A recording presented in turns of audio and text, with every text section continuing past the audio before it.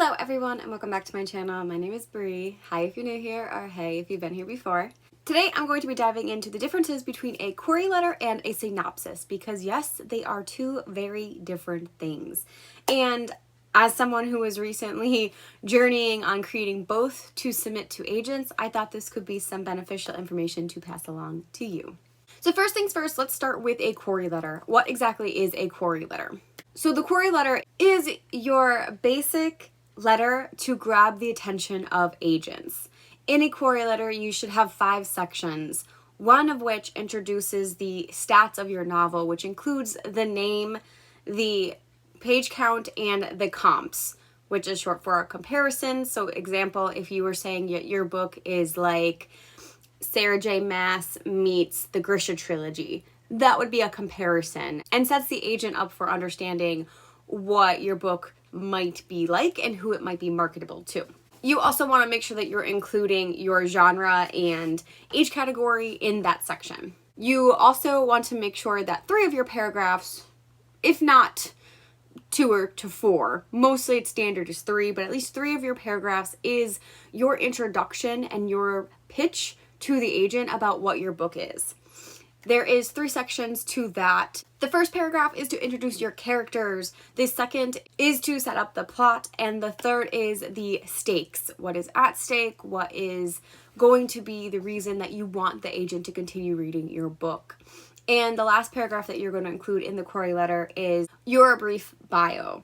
So this could be something to just introduce yourself to the agent. You can change this up and be more specific. For instance, I found an agent who likes anime, and because I don't have any writing credits to my name, throwing in that she likes anime and cosplay and that I also like anime and cosplay might be beneficial to a specific agent. However, you can make it very general and just kind of introduce yourself, and so be it. If you have writing experience, you do want to include that in your bio, especially if you had any publications or if you've self-published before. Your agents are going to find this information out if you don't provide it, so it's easier just to provide it. And then they can understand how well you've sold or how well you're marketing, and etc. And at the end of the query letter, you also just want to make sure that you include all of your information, contact information, etc. So I will be doing a separate video on writing a query letter, and I'm hoping to make that a vlog. So if you want to know more about how to actually write it, stay tuned for that down the road. However, just for the sake of this video, that is what a query letter is. It is an introduction to your book and to yourself. And overall, you are trying to hook an agent into wanting to read the pages that you are attaching to your query letter. Because at the end, the query submission usually you have the nice little couple paragraphs that you have about your book and yourself, and then you attach pages depending on the agent. There's going to be different amounts that they would like. However, you really want to hook someone in with that query letter from the first thing that you write. Another tidbit that I've actually heard from some authors, just seeing them at events and things, is that the best way to kind of view your query letter is think about what you read on the back cover of a book or the inside flap of a book when you pick it up at a bookstore. That is kind of the same kind of quality where you want something to grab their attention and you kind of get a feel for who the characters are, what the setting's like, and what's going to be at stake.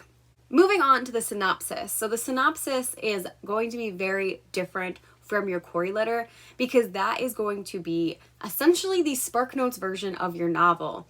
When you're writing a synopsis, you are going to include everything from the start of your novel to the very end.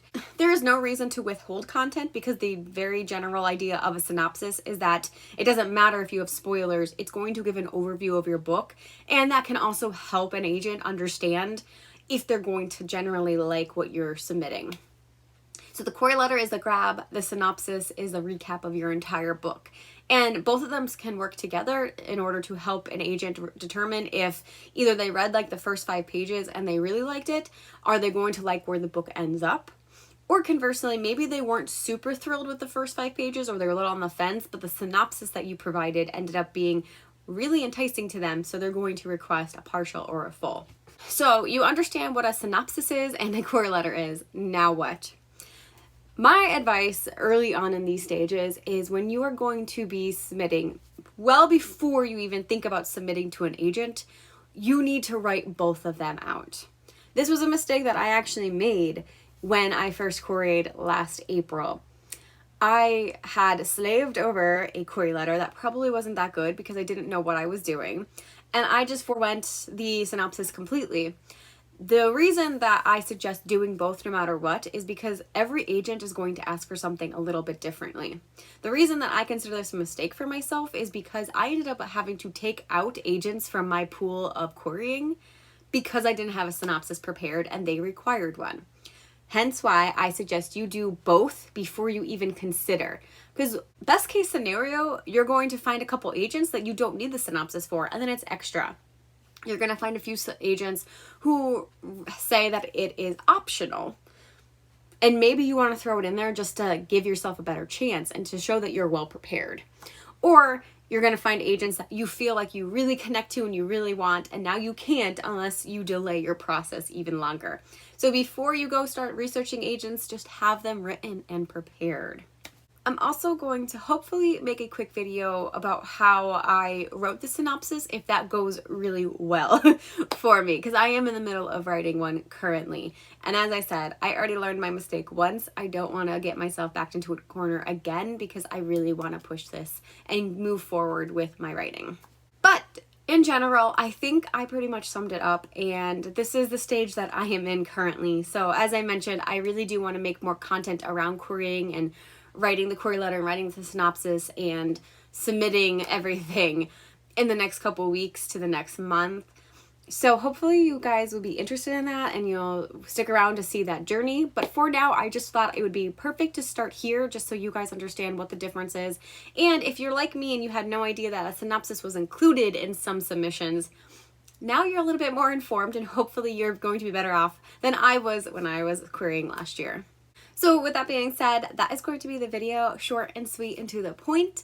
I hope you guys enjoyed this, and if there's any other questions or areas of the querying process or the writing process that you guys would like more information on from my point of view, please let me know down in the comments below, and I will definitely try to answer them in future videos.